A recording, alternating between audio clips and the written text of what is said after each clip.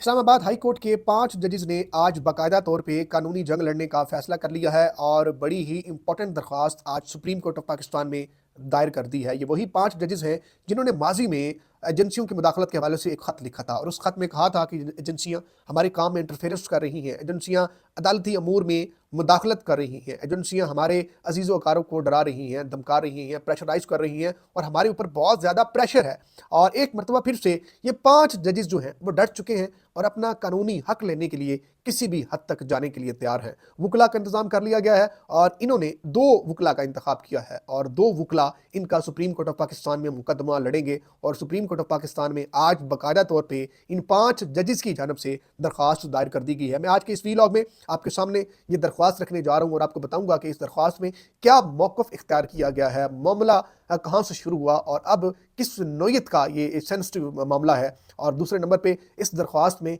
क्या इस्तदा की गई है। और दूसरे नंबर पे आज पाकिस्तान तहरीक इंसाफ ने भी एक बड़ी ही इंपॉर्टेंट दरख्वास्त इस्लामाबाद हाई कोर्ट में दायर की है। 24 से 26 नवंबर की दरमियानी रात तक इस्लामाबाद में जो कुछ होता रहा, जो जो सीसीटीवी कैमरों में महफूज हुआ, अस्पतालों में क्या कुछ होता रहा, अस्पतालों का रिकॉर्ड क्यों गायब है, ये तमाम तर इन मामलात पर आज पाकिस्तान तहरीक इंसाफ ने भी इस्लामाबाद हाई कोर्ट से रुजू किया है और कहा है कि हमें जनाबे वाला रिकॉर्ड फराम किया जाए, हमें सीसीटीवी वीडियोज़ दी जाए। 2 बड़ी ही इंपॉर्टेंट दरख्वास्तें आज मुख्तलिफ अदालतों में दायर हुई, यानी कि इस्लामाबाद हाई कोर्ट के जजेस जो हैं वो सुप्रीम कोर्ट जा रहे हैं और पाकिस्तान तहरीक इंसाफ जो है वो इस्लामाबाद हाई कोर्ट से रुजू उन्होंने आज कर लिया है। सबसे पहले आते हैं इस्लामाबाद हाई कोर्ट के इस मामले पर। इस्लामाबाद हाई कोर्ट में ये मामला कुछ दिन पहले शुरू हुआ और जब इन 5 जजेस को ख़त लिखने का ये नुकसान हुआ या इनको ये सज़ा दी गई कि दूसरी हाई कोर्ट से जजेस को इस्लामाबाद हाई कोर्ट लाया गया, 26वीं आईनी तरमीम हुई, जिस तरह से सुप्रीम कोर्ट ऑफ पाकिस्तान में जस्टिस मंसूर अली शाह का रास्ता रोकने के लिए ये तरमीम की गई और इसी तरह से अब जनाबे वाला जस्टिस मोहसिन अख्तर कियानी का रास्ता रोकने के लिए कि किसी भी तरह से उनको इस्लामाबाद हाई कोर्ट का चीफ जस्टिस नहीं बनने देना, उनका रास्ता रोकने के लिए दूसरी हाई कोर्ट से इस्लामाबाद हाई कोर्ट में जजेस को लाया गया, जिनमें इस्लामाबाद हाई कोर्ट के 15वें नंबर वाले जज जस्टिस सरफराज डोगर साहब भी इस्लामाबाद हाई कोर्ट उनको लाया गया और 2 जज और हैं जिनमें जस्टिस खादम हुसैन सोमरो और जस्टिस मोहम्मद आसफ भी शामिल हैं। अब जस्टिस सरफराज डोगर सीनियोरिटी में पहले नंबर पर उनको रख दिया गया है, यानी कि सीनियोरिटी लिस्ट जारी होती है और उसमें जस्टिस मोहसिन अख्तर कियानी की बजाय जस्टिस सरफराज डोगर को सीनियर मोस्ट प्यूनी जज जो है उनको डिक्लेयर कर दिया जाता है और उनको ही इस्लामाबाद हाई कोर्ट का कायम मकाम चीफ जस्टिस जो है वो डिक्लेयर कर दिया जाता है। चूंकि जो साबिक चीफ जस्टिस हैं इस्लामाबाद हाई कोर्ट के जस्टिस आमिर फारूक साहब वो सुप्रीम कोर्ट चले गए हैं और सुप्रीम कोर्ट में वो वहाँ के अब जज होंगे, तो अब इस्लामाबाद हाई कोर्ट में जस्टिस मोहसिन अख्तर कियानी ने टेक्निकली जस्टिस मोहसिन अख्तर कियानी क्योंकि सीनियर मोस्ट जज थे, उन्होंने ही इस्लामाबाद हाई कोर्ट के चीफ जस्टिस का ओहदा संभालना था, लेकिन उनको रोकने के लिए जनाबे वाला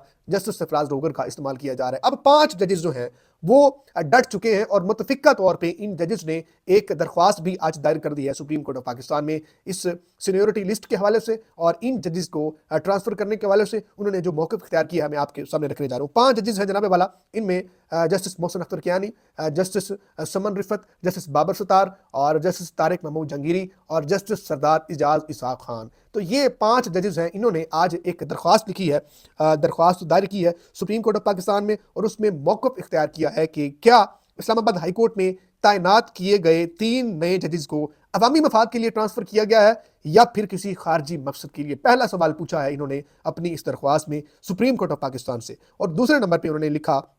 कि आइन का आर्टिकल 200 जजेस की ट्रांसफ़र की इजाज़त देता है लेकिन फिर चीफ जस्टिस बनने की या बनाने की इजाज़त नहीं देता। और तीसरे नंबर पे इन्होंने अपनी दरख्वास्त में ये लिखा कि क्या नया हल्फ लिए बगैर जजेस की ट्रांसफ़र या फिर पहले से मौजूद जजेस की सीनियोरिटी को मुतासर करके और फिर कायम मकाम चीफ जस्टिस बनाना आइन के मुताबिक है। और चौथे नंबर पे इन्होंने अपनी इस दरख्वास्त में लिखा कि इस्लामाबाद हाई कोर्ट में बाहर से जजेस को ला के सीनियोरिटी लिस्ट को मुतासर करने से आज़ाद इस्लामाबाद हाई कोर्ट को कमज़ोर नहीं कर दिया गया। ये सवाल पूछ रहे हैं, मौक़िफ़ इख्तियार कर रहे हैं अपनी दरख्वास्त में। और 5वें नंबर पे इन्होंने मौक़िफ़ इख्तियार किया कि कानून वाज़ेह है कि अगर कोई सरकारी मुलाजिम भी ट्रांसफ़र होगा तो वो पहले से मौजूद एहलकार की सीनियोरिटी मुतासर नहीं करेगा। ये 5 बुनियादी तौर पे इन जजेस ने मौक़िफ़ इख्तियार किया है और इस्तदा की गई है कि जिन जजेस को इस्लामाबाद हाई कोर्ट लाया गया उनकी तैनाती को और ख़ास तौर पे जस्टिस सरफराज डोगर को जो कायम मकाम چیف جسٹس اسلام آباد ہائی کورٹ بنایا گیا